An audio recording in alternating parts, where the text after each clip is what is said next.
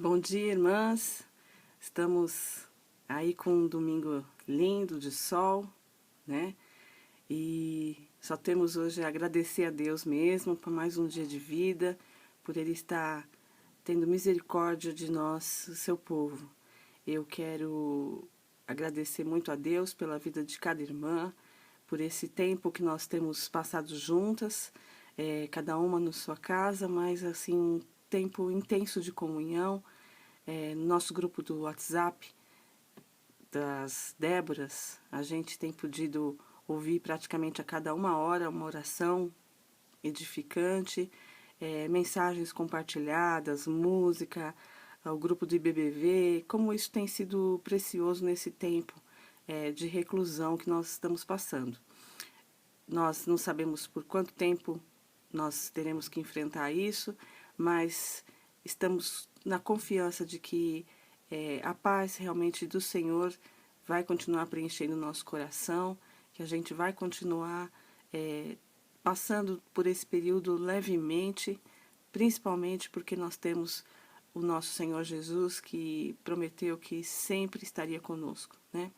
Então, nós só temos realmente que agradecer a Deus. E hoje, pela manhã, é mais um dia da gente agradecer e a gente também aprender da palavra de Deus, sabendo que na sua palavra Ele sempre tem todas as respostas que nós precisamos para viver de uma maneira melhor. Então, vamos orar.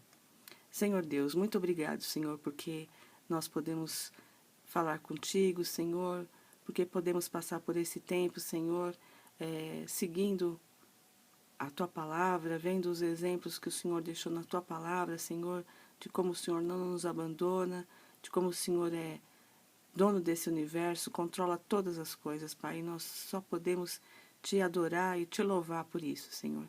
Vem falar conosco através da Sua palavra, mostrando, Senhor, as Tuas lições para que a gente possa enfrentar o nosso dia a dia, vivendo plenamente contigo, Pai. É isso que eu te peço. Em nome de Jesus, amém. Bom, a gente tem estudado, né, como nós sabemos nessas últimas semanas, sobre o livro A Conquista da Terra Prometida, em que a gente tem podido ver, através do livro de Josué, como Deus foi dando a terra para o povo de Israel. Mais uma vez, a gente vai estar olhando para batalhas e vendo a forma como Deus realmente age e vai colocando a sua mão em todas as coisas. O capítulo 10, que é o nosso capítulo de hoje, ele vai mostrar para a gente como o povo de Israel se apoderou das principais cidades aí de Canaã, que ficavam no centro-sul da terra. Era uma cidade, era uma região montanhosa, habitada pelos amorreus, e nós vamos ver que Deus dá para o povo mais uma vitória fantástica, né? Em que fica muito clara a intervenção divina e que a gente vai compreender que Deus mobiliza aí o céu, a terra, para, acima de tudo, mostrar que Ele existe e que para Ele não existe impossíveis, né? Bom, vamos abrir nossa Bíblia em Josué, capítulo 10, e nós vamos ler do versículo 1 a 5. Quando Adonisedeque, rei de Jerusalém, ouviu que Josué havia tomado Ai e a destruído totalmente, pois ele havia feito a Ai e ao seu rei, como fizera a Jericó e ao seu rei, e que os moradores de Gibeão haviam feito a paz com os israelitas e que estavam no meio deles, teve muito medo, pois Gibeão era uma cidade grande, como uma das cidades reais, sendo ainda maior do que Ai, e todos os seus homens eram guerreiros. Então Adonisedeque, rei de Jerusalém, enviou mensageiros a Uã, rei de Hebron, e Pirã, rei de Jarmute, a Jáfia, rei de Laquis, e a Debir, rei de Eglon, para lhes dizer: Vinde e ajudai-me, vamos atacar Gibeão, porque fez paz com Josué e com os israelitas. Então os 5 reis dos amorreus se juntaram para atacar: o rei de Jerusalém, o rei de Hebron, o rei de Jarmute, o rei de Laquis, o rei de Eglon, eles com todos os seus exércitos. Eles sitiaram Gibeão e batalharam contra ela.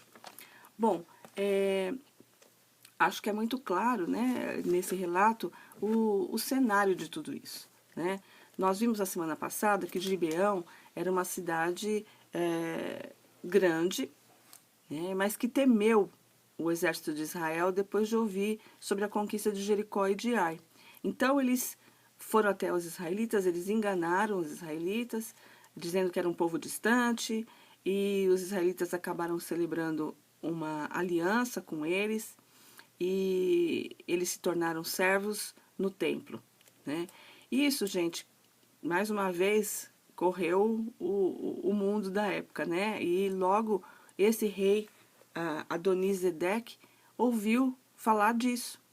E a Bíblia fala aqui que ele ficou muito assustado com isso, principalmente porque Gibeão era uma cidade grande, tinha um bom exército, tinha homens guerreiros, e eu acho que na cabeça desse rei ele pensou, nossa, como que pode isso, né? Uma cidade que tinha tudo para lutar contra os israelitas, de uma certa maneira se acovardou disso e se entregou praticamente às mãos dos israelitas, né? Usando de astúcia, de mentira, como a gente viu, mas que no final Deus reverteu em bênção e transformou isso, e o povo de Israel honrou essa aliança e acabou não matando aquele povo, mas tornando eles como parte do grupo deles, agora como servos, né?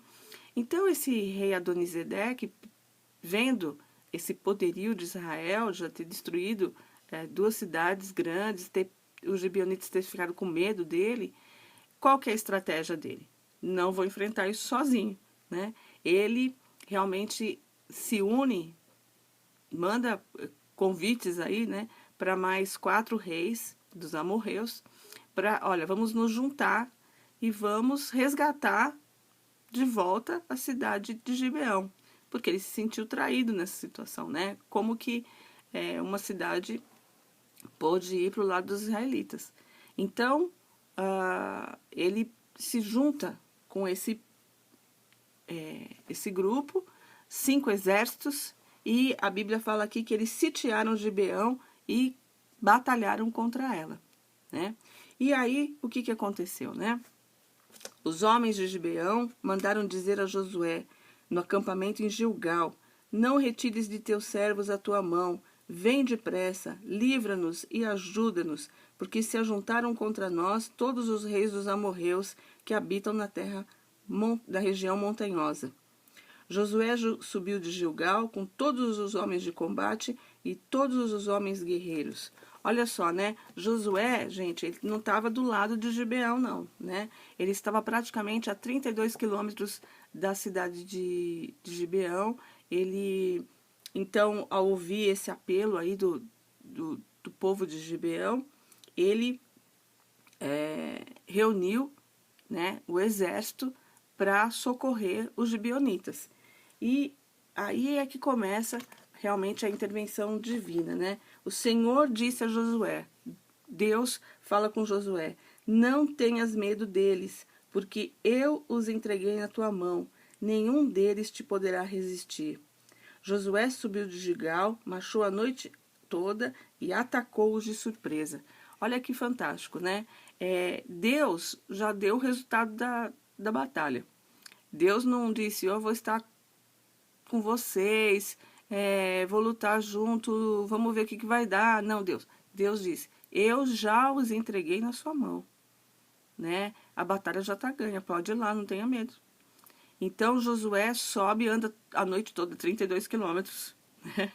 O exército todo.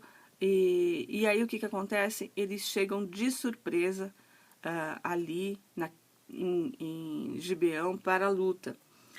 E o Senhor os pôs em confusão diante de Israel, que os desbaratou com grande matança em Gibeão. Ele os perseguiu pelo caminho que sobe a Bet-Horon, derrotando até Azeca e Maqueda. Olha só, Deus, o Senhor, né, os pôs em confusão. A gente não sabe muito bem o que é essa confusão, né? Mas a verdade é que eles atacados ali de surpresa, ficaram confusos com aquilo tudo, né?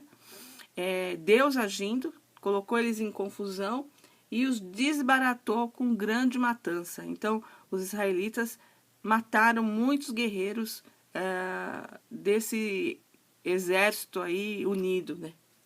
E no versículo 11 diz: enquanto iam fugindo de Israel a descida de Bet-Horon, do céu o Senhor lançou sobre eles uma chuva de pedras grandes até a Zeca, e eles morreram.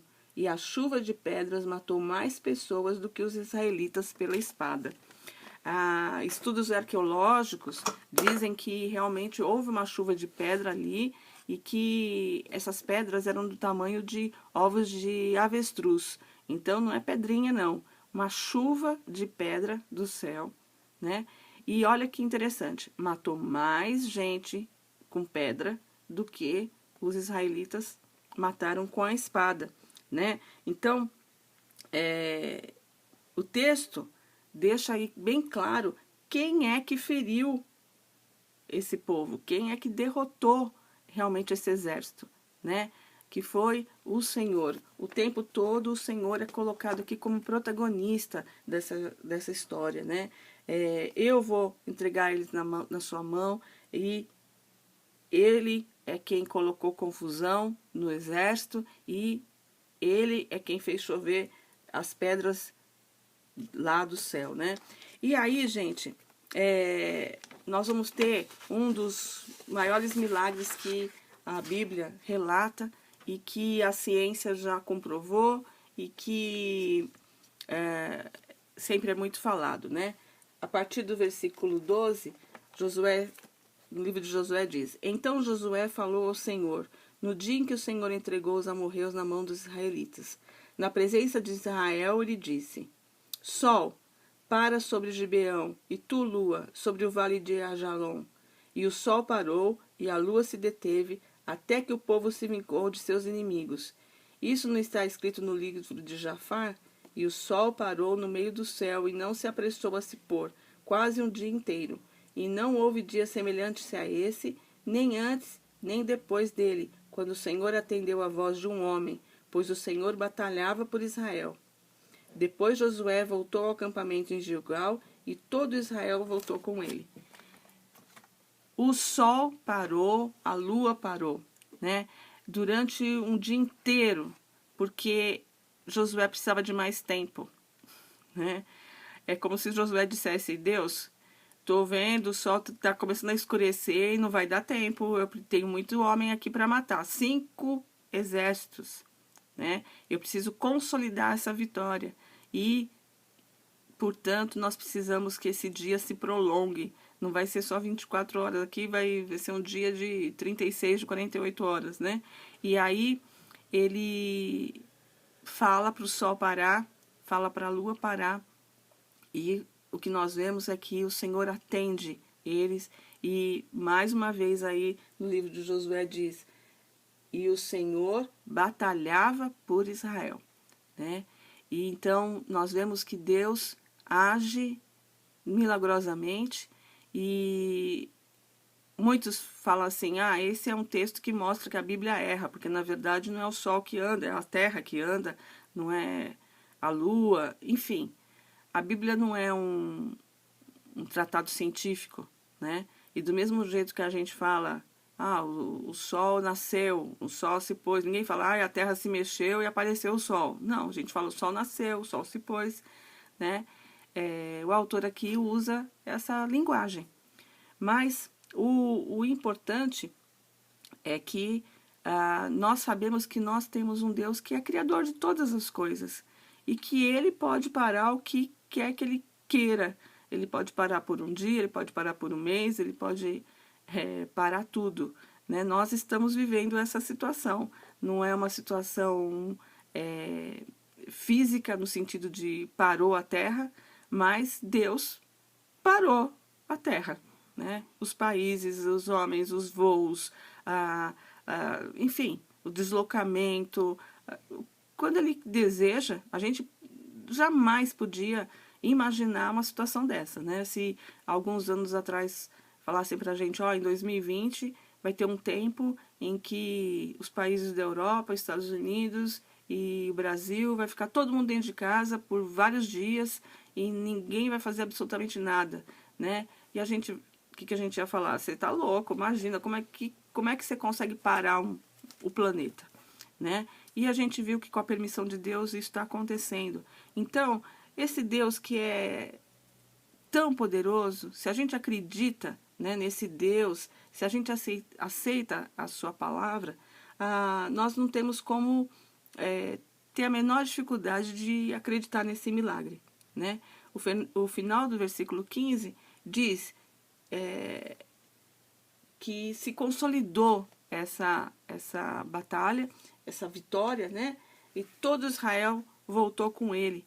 Então, Deus deu realmente uma vitória fantástica para Israel mais uma vez, né? Com duas intervenções aí que ninguém pode duvidar, que é a chuva de pedra, que é o sol parando, a lua parando, né? Deus, mais uma vez, ele age com o povo de Israel.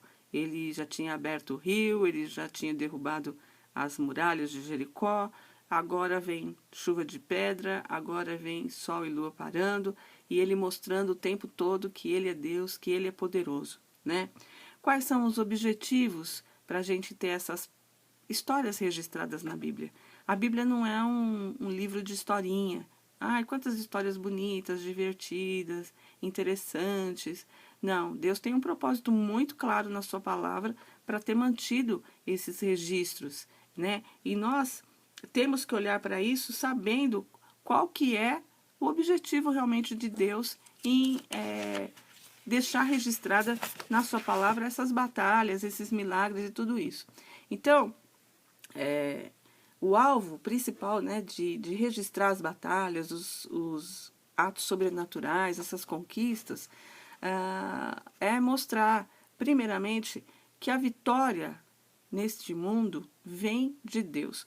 Qualquer vitória, gente, qualquer vitória vem de Deus. Quem está acompanhando a leitura viu ontem que nós estamos gravando aquele livro Quem Sou Eu?, em que o autor fala de como nós somos criaturas e que dependentes completamente dele, né? Então, pode ser que você tenha aí 40, 50, 60 anos, que você olhe para a sua vida e fala, nossa, quantas coisas eu conquistei, né? Não foi fácil, eu fiz, aconteci, mas olha aí a minha casa, olha a minha família, olha o que eu consegui profissionalmente.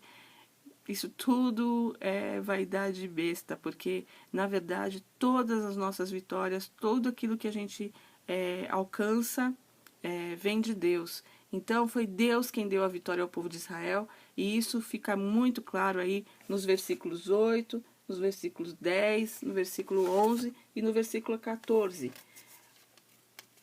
Eu os entreguei na tua mão. O Senhor pôs em confusão. O Senhor lançou sobre eles a chuva de pedra. O Senhor atendeu a voz de um homem, pois o Senhor batalhava por Israel. O Senhor, né? O Senhor quem faz. A gente não deve exaltar os homens. Nessa situação toda, nós temos sido abençoados por homens que estão tomando decisões, que estão realizando coisas que possivelmente vão ajudar muito para que essa pandemia não seja maior. Mas nós nunca podemos esquecer que esses homens estão sendo usados por Deus. Deus é quem vai dar a vitória. Tudo, né? Se a gente ficar...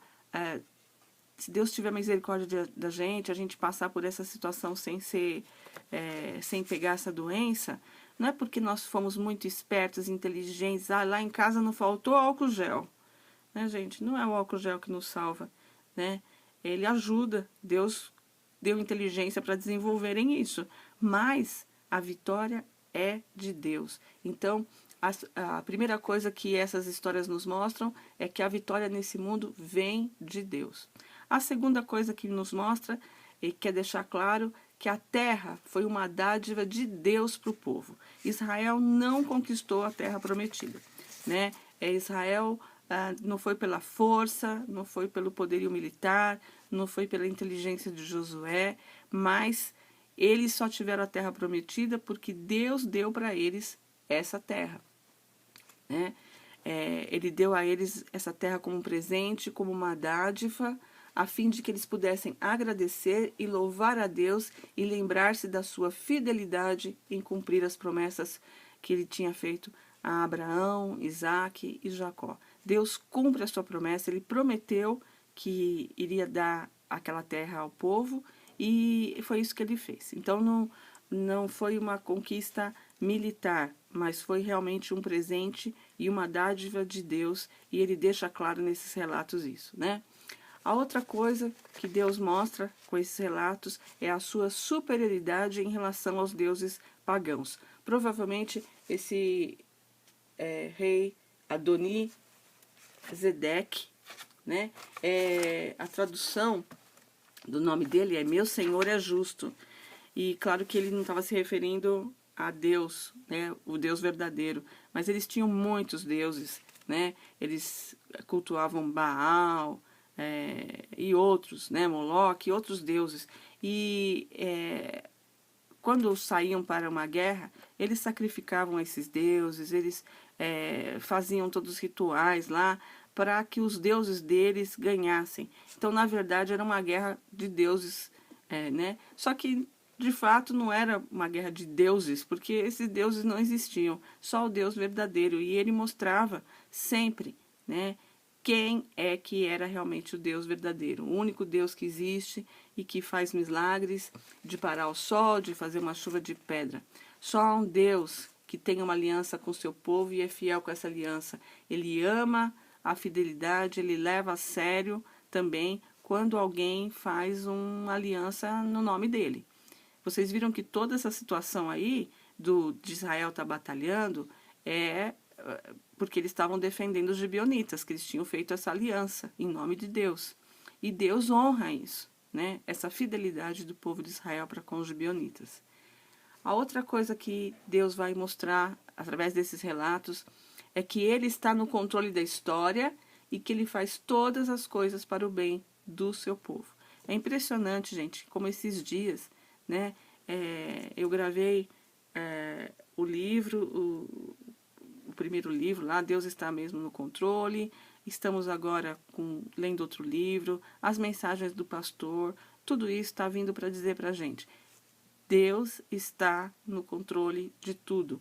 O povo de Gibeão, ele se aproximou, ele enganou Israel, Israel acabou fazendo uma aliança, Josué e os anciãos erraram, não consultaram a Deus, mas esse erro acaba provocando aí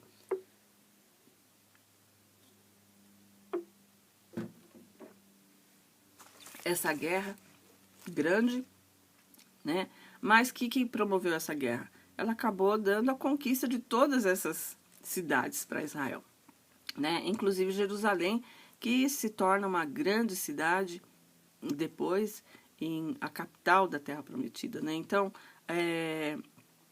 através de um erro, de uma coisa que não deveria ter acontecido, Deus acabou, pelo povo ter se arrependido, porque as coisas só se transformam para o bem quando há arrependimento, né? Então, como eles se arrependeram aqui, Deus transformou em bênção, né, aquilo que eles tinham de errado, porque eles reconheceram que eles erraram e Deus os abençoou, né?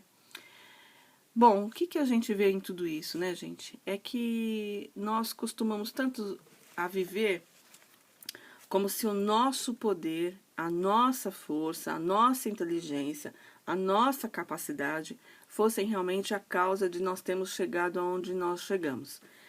De possuir aquilo que nós possuímos, de sermos aquilo que nós somos.